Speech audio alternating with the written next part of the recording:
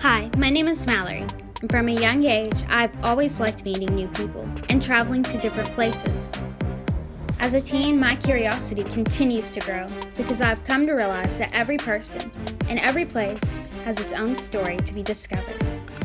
There are so many awesome places that have yet to be explored and stories that have been lost through time. St. Augustine once said, "The world is a book, and those who do not travel read only one page." I invite you now to come join me as I explore new destinations, meet cool people, and we learn some new things together. For what's the point of discovering if you can't share it? Now, let's get our journey on. Hey guys, I'm Malarie, and I'm out at the Aviation Heritage Park in Bowling Green, Kentucky. The Aviation Park opened in 2009. Its mission is to recognize and celebrate this particular group of aviators and their ties to South Central Kentucky so that future generations can learn about and be motivated by their extraordinary achievements.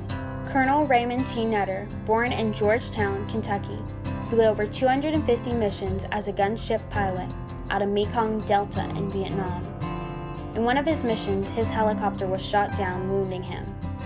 He then led the surviving members of his crew through enemy territory for over 18 hours until they were able to reach friendly forces. For his heroic efforts, he received a Distinguished Service Cross, second only to the Medal of Honor. UH-1 Huey began arriving in Vietnam in 1963 and was the most widely used military helicopter in Southeast Asia. More than 7,000 of these versatile aircrafts were deployed.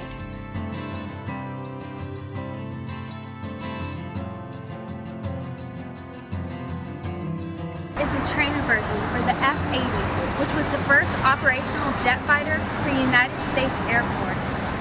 This trainer version, whose nickname is the T-Bird, was flown regularly by Kentucky native General Russell Daughtry, particularly while serving at the Pentagon.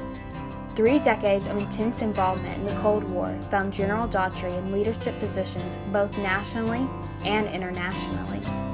In 1972, he was promoted to his 4-star grade and assigned as Chief of Staff, Supreme Headquarters, Allied Powers in Europe, returning to the U.S. in 1974 to take command of Strategic Air Command.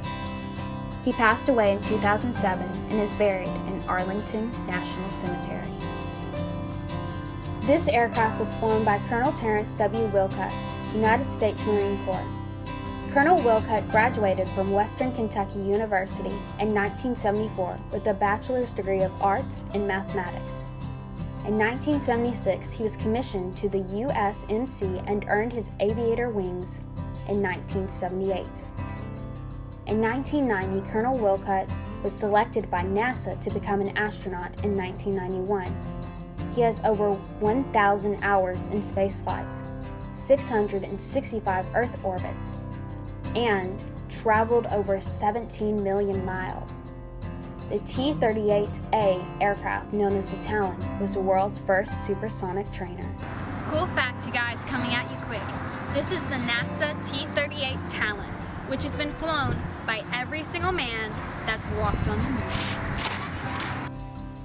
The Phantom II is the actual plane that Brigadier General Dan Cherry flew in the Vietnam War when he shot down an MiG-21. The Phantom 550 was manufactured in 1967 and completed its service in 1989 after curing over 6,000 flying miles. This aircraft has a wingspan of 38 feet and 5 inches.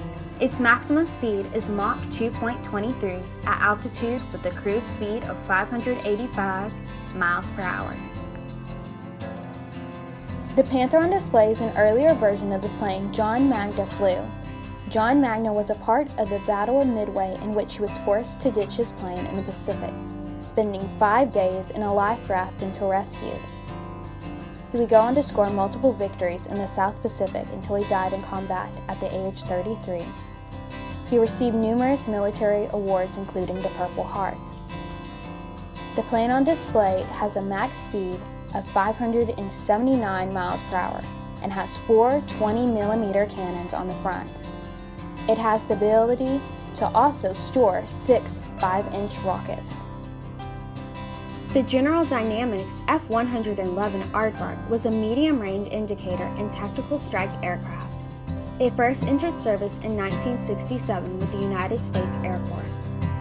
Kentucky native Colonel Arnie Franklin had a successful Air Force career. He accumulated over 3,500 flying hours with over 780 combat hours while flying the OV-10s and the F-111Fs.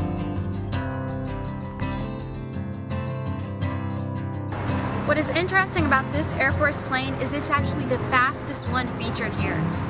Its top speed was at Mach 2.5. The Aviation Heritage Park is currently in the process of expanding and will include an 11,000 square foot indoor museum and increase their outdoor exhibit.